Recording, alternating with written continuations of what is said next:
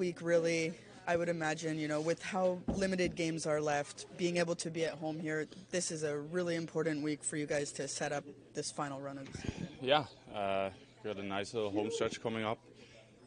We focus on tonight and trying to play our best game tonight, and then we move on from there. And then what does that best game look like in your eyes, and where have you sort of seen that in your past few games? When we play fast, when we're battle hard, when we compete on pucks, winning lanes, all that kind of stuff, the little things. When we do the little things right, then we're on our best. You mentioned it a little bit in my first question, but does it feel like a very, very important homestand given how few games are left here? 100%. I mean, we've been talking a few games already now. Every game is important and doesn't change now. It just gets more and more important. We look on Pittsburgh right now, and then we go to the next game. So all focus is right now for tonight. When your team is playing its best defensively, what are some of the little details you all are executing well?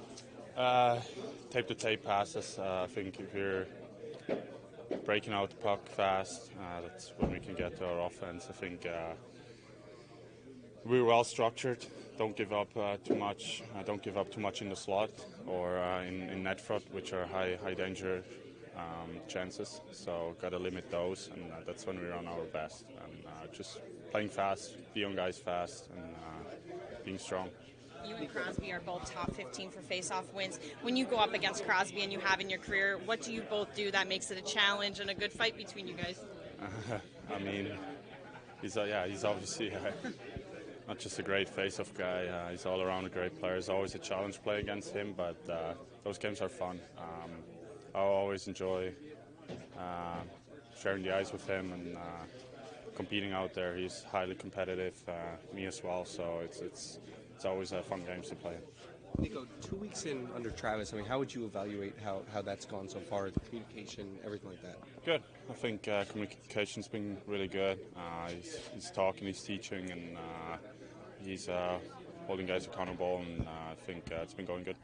And captaining, down the stretch here, how would you evaluate how it has been, having to lead this team this year, and really motivate them, for this final stretch here?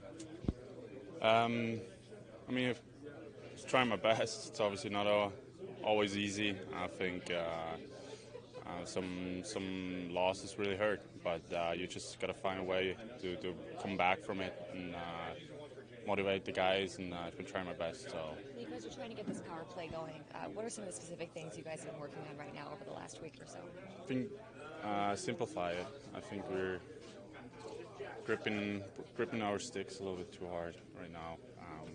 Just simplify it. Put pucks in net. When power play's struggling, you shouldn't look for like seam. You just gotta play simple what they give us and put pucks in net. And at some point, like it's gonna go off someone or it's gonna bounce right to your tape, and because you're one man more on the ice. So that's how you get out of struggle like these. Would that be the same for the overall offensive issues? Have you gotten enough chances, but just pipes and posts and misses? I think we got our chances every game. Thank you. Rick, right now with how few games are left on the schedule, does it feel like this homestand here of 3 games could really help determine, the rest of the way for you guys? Yeah, it's a big week. It's important to win tonight. You can't look too far ahead. Pittsburgh's a good team. We've had success against them previously. But like I said, they're going to be still pushing themselves. Like I said, they're good. And so just all focus in today. Just take a game at a time. But I'd say this is a humongous week. You keep losing points this week and you're done. You talk about not, looking too far ahead. Is it hard sometimes, given the position that you guys are in right now, fighting for your spot, or for your lives, really? Yeah, I mean, it's, we're all human, and everyone has thoughts and, looks around, but it's just, I think the biggest thing is, like, the importance of game day and then dialing it into that night and that game, and then, yesterday, tomorrow, think whatever you want, but whenever the game comes, you have to be focused on that. and that only, and that's the task at hand today. 2 points, and we're going to give it all we got today and see where we end up. I know we've talked about it so much really all year long, but the inability to sort of string 3, 4, 5 wins together, how much has that really impacted where you guys are right now? And not only that, like where you feel you can go going forward, right? Yeah, I don't want to talk about where we're going to go or what we're going to do. This year's been frustrating in a lot of different ways. It's felt like a long second half of the season. There's good moments, but then they're always nullified with a letdown, and that's kind of been our Achilles heel. It's back-to-backs. I don't know how much worse our record could be on that, and just in general, like I said, you get a huge win in Dallas, and then you go to Arizona and you don't play your best, and that's where you need to step up and make sure you get those points. So that's kind of been our year, and let's not look back. Let's not look ahead. Like I said, just focus on Pittsburgh tonight, and just keep going. Trav, given where things are right now in terms of standings and this homestand coming up, how important does these 3 games here at home become for you guys, setting yourselves up? Yeah, it does for sure.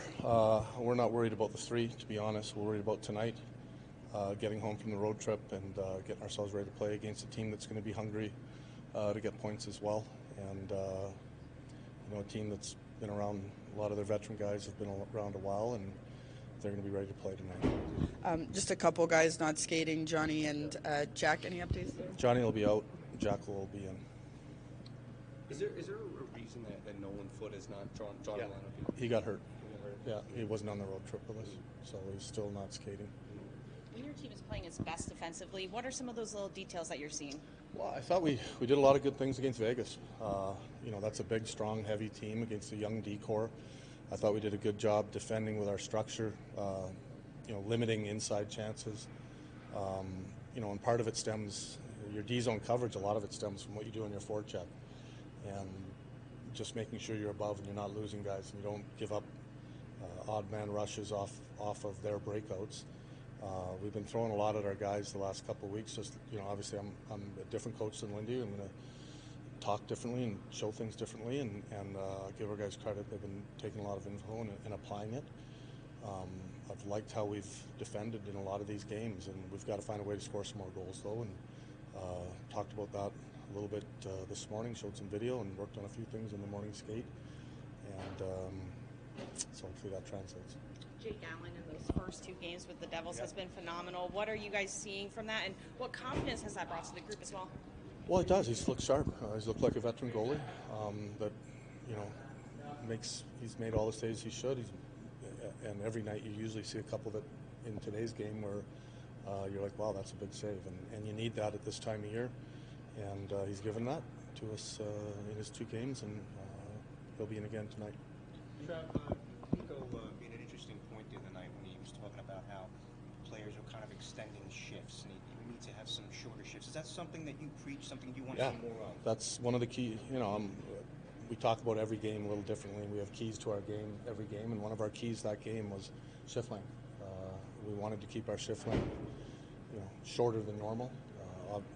Obviously, for obvious reasons, that the game was back-to-back in a short turnaround, and we're playing a team that is physically strong, and we're going to need energy to defend and also to score, and it was going to be important. And I thought, for the most part, we did a good job of it, but there were a couple times where we got extended.